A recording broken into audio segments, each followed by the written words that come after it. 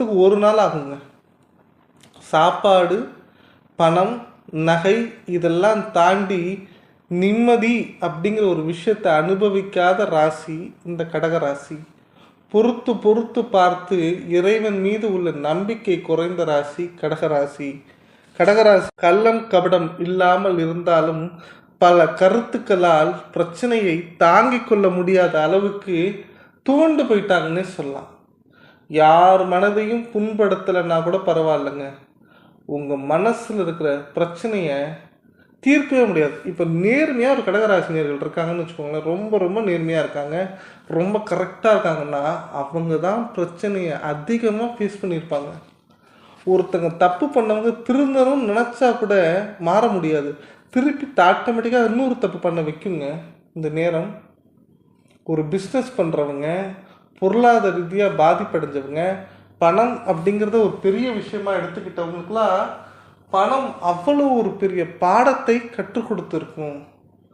உங்களுக்கு இயன்ற வரை போராடிக்கிட்டே இருக்கக்கூடிய கடகராசினர்கள் முடியலை, இதுக்கு மேலே எங்களால் வேஸ்ட்டு, இந்த குரு பயிற்சியில் நாங்கள் நிம்மதியாகவே இல்லைன்னு சொல்லி வெளிப்படையாக கதறக்கூடிய கடகராசினியர்கள் ரொம்ப அதிகம். ஏன்னா கடகராசியை பற்றி இப்படி பேசுகிறாருன்னு நினைக்காதீங்க. கடகராசியில் ஒரு ஆழ்ந்த அனுபவம் உள்ள நிறைய நபர்கள்ட்ட கேட்டிங்கன்னா கண்டிப்பாக அவங்க எவ்வளோ பெரிய மாடி குகை, ஏன் அவங்க அவ்வளோ 10வது மாடியில் இருந்தால் கூட சரி நிம்மதி இல்லை. ஒரு 500 ரூபா கட்டுக்கு நடுவில் உட்கார வச்சாலும் சந்தோஷம் கிடையாது. அவ்வளோ சாப்பாடு கொடுத்தாலும் அவங்களுக்கு பசிக்காது. ஏன்னா மனசு சரியில்லை. உழைக்க வேண்டும் என்கின்ற நபருக்கு பணம் சேராது. பிஸ்னஸ் பண்ணணும்னு நினைக்கிறவங்களுக்கு பிஸ்னஸே ஆகாது. கல்யாணம் பண்ணிக்கணும்னு ஆசைப்படுறவங்களுக்கு கல்யாணங்கிறது ஒரு இயலாமையாக போய்டும். இது மாதிரி எந்த விஷயங்களும் சொல்லலாம். வேலை கிடைக்கணும்னு சொல்லி உண்மையாக உருகக்கூடிய ஒவ்வொரு கடகராசினர்களும் விரக்தியின் விளிம்புக்கே போயிட்டாங்கன்னு சொல்லலாம். 3 காரணங்கள். நான் இந்த 3 காரணங்களும் சொல்லிவிட்டு என்ன செய்யலாங்கிறது தயவு செஞ்சு இந்த வீடியோவில் சொல்லிடுறேன். இது கடகராசிக்கான மோட்டிவேஷன் வீடியோ அப்படிங்கிறத விட கடகராசியோடைய யதார்த்தமான வீடியோ அப்படிங்கிறது தான் இதோட வீடியோட கான்செப்டே. ஏன்னா கடகராசி காயப்படுத்தக்கூடிய ராசி இல்லை, காயப்பட்ட ராசி. 2024 தான் பிரச்சனையான இல்லவே இல்லை. 2021 முதல் ஒரு பொண்ணு கேரக்டர் மாறாமல், கேரக்டர் சேஞ்ச் ஆகாமல் நல்லவங்களாக இருந்தாலும் உலகம் திட்டும். காரணம் கடகராசி. சாப்பாடு நம்ம சாப்பிட்லனாலும் பரவாயில்ல, அடுத்தவங்க சாப்பிட்டு நம்மளை குறை சொல்லாமல் இருந்தால் போதும்னு நினைக்கிறக்கூடிய நபர்களையும் உலகம் குறை சொல்லும். காரணம் கடகராசி. வேலைக்கு போகாமல் அடுத்தவங்க பணத்தை ஏமாற்றாமல் உழைச்சி சம்பாதிக்கணும்னு நினைக்கிறவங்களுக்கும் அந்த உழைப்பில் ஊதியம் இல்லாமல் போகும். காரணம் கடகராசி. வாழ்க்கையில் ஹஸ்பண்டோ ஒய்ஃபோ அட்ஜஸ்ட் பண்ணி வாழ்க்கையை எப்படியாவது வாழ்ந்துடணும், ஒரு நிமிஷம் கூட மனசு பழைய நிலைமைக்கு போயிடக்கூடாதுன்னு நினைக்கிறவங்களுக்கு மூஞ்சில் அடித்த மாதிரி உங்கள் பிரச்சனை திருப்பி திருப்பி வருது பாருங்க. காரணம் கடகராசி.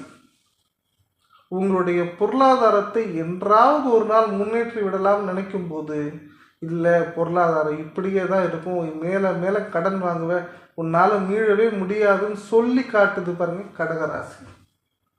அப்படி கடகராசிக்கு யார் துரோகம் பண்ணுறா, என்ன பிரச்சனைன்னு பார்த்தீங்கன்னா அஷ்டம சனி.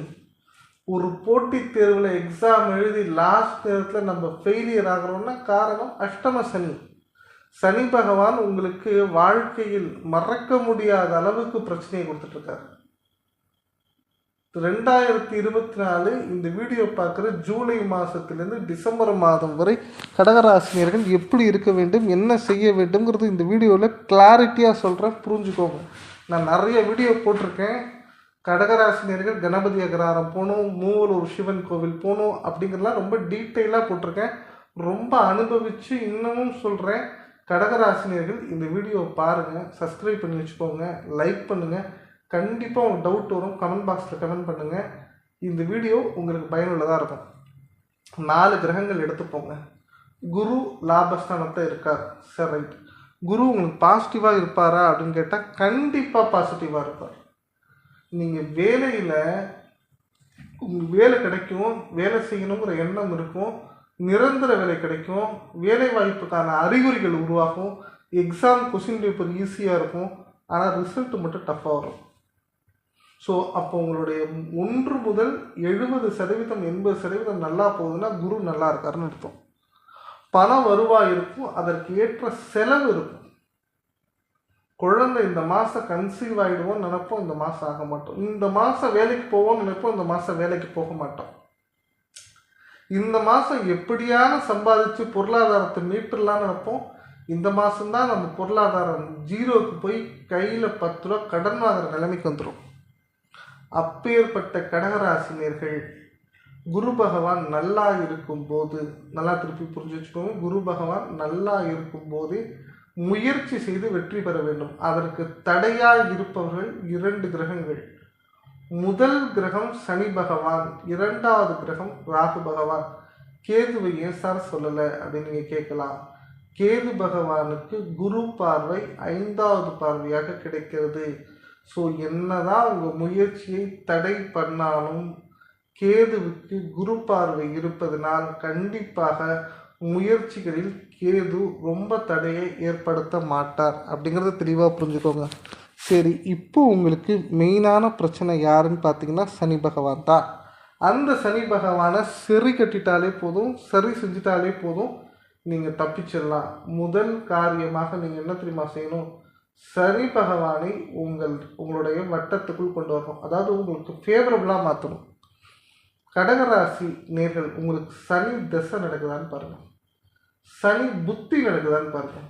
மோஸ்ட் ப்ராபபிலி நான் சொல்கிறேன், கடகராசி நேர்கள், அதுவும் ஆயில்யம், புனர்பூசம் 4ஆம் பாதம், பூசம் இதுதான். ஸோ மோஸ்ட்லி சனி திசைங்கிறது ரொம்ப ரேர்.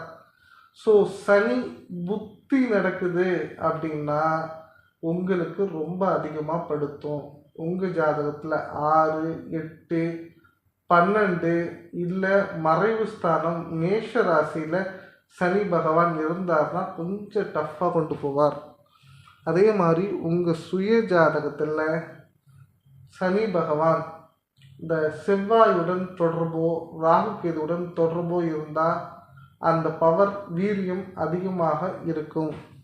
ஸோ இதுக்கெல்லாம் நீங்கள் என்ன செய்யணும் அப்படின்னு பார்த்தீங்கன்னா, சனி பகவான் நிவர்த்தி பிரீத்தி செஞ்சால் போதும். அரச மரத்து விநாயகர், ஆலமரத்து விநாயகர், வன்னி மரத்து விநாயகர், வன்னி மரத்து சனி பகவானை வணங்கிட்டு வந்தீங்கன்னா கண்டிப்பாக 100%, 200%, ஏன் 500% உங்களுக்கு நல்லது நடக்கும். சனி பகவானை மட்டும் கண்ட்ரோலுக்குள்ளே கொண்டு வந்துட்டிங்கன்னா நீங்கள் ஜெயிச்சிருவீங்க. நம்பர் 1. நம்பர் 2 என்ன செய்யணும் அப்படின்னு பார்த்தீங்கன்னா, ராகு பரிகாரம் செய்யுங்க. ராகு பரிகாரம் எப்படி செய்யணும்னு சொல்லிடுறேன். ராகு பகவானுக்கு ரொம்ப ரொம்ப பிடிச்ச விஷயம் என்ன அப்படின்னு பார்த்தீங்கன்னா, அம்மன் வழிபாடு. ஆடி மாதம் அம்மன் வழிபாடு பண்ணுங்க. அதே மாதிரி பக்கத்தில் இருக்கக்கூடிய புத்து எங்கே இருந்தாலும் அந்த புத்தை போய் நமஸ்கரிச்சுட்டு வாங்க.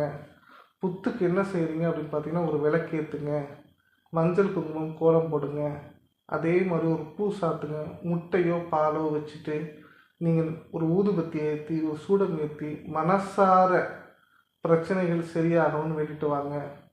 உங்கள் தரையில் படுற அளவுக்கு விழுந்து கும்பிடுங்க.